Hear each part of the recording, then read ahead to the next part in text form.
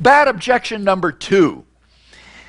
The Kalam cosmological argument is question-begging, for the truth of the first premise presupposes the truth of the conclusion. Therefore, the argument is an example of reasoning in a circle. Response to number 2. All the objector has done is describe the nature of a deductive argument. In a deductive argument, the conclusion is implicit in the premises, waiting to be derived by the logical rules of inference. A classic illustration of a deductive argument is the following. 1. All men are mortal. 2. Socrates is a man. 3. Therefore, Socrates is mortal. This argument has the same logical form as the Kalam cosmological argument. In fact, this form of the argument even has a name. It's called modus ponens. Symbolically, it looks like this. P implies Q. P, therefore, Q. This is one of the most basic and important, logically valid argument forms.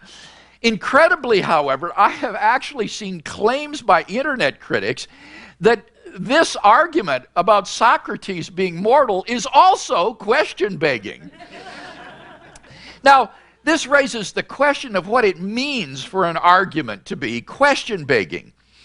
Technically, arguments don't beg the question. People do.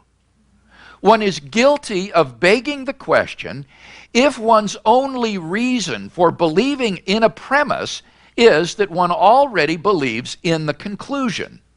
For example, suppose you were to present the following argument for the existence of God.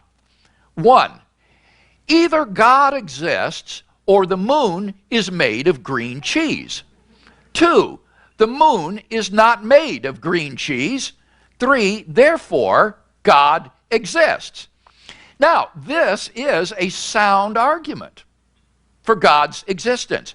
Its premises are both true, and the conclusion follows from the premises by the rules of logic, specifically disjunctive syllogism.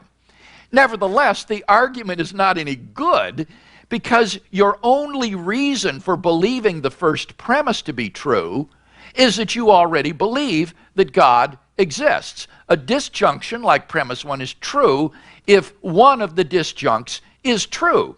But the belief that God exists is the conclusion of the argument. Therefore, in putting forward this argument, you are reasoning in a circle or begging the question. The only reason you believe 1 is because you already believe 3.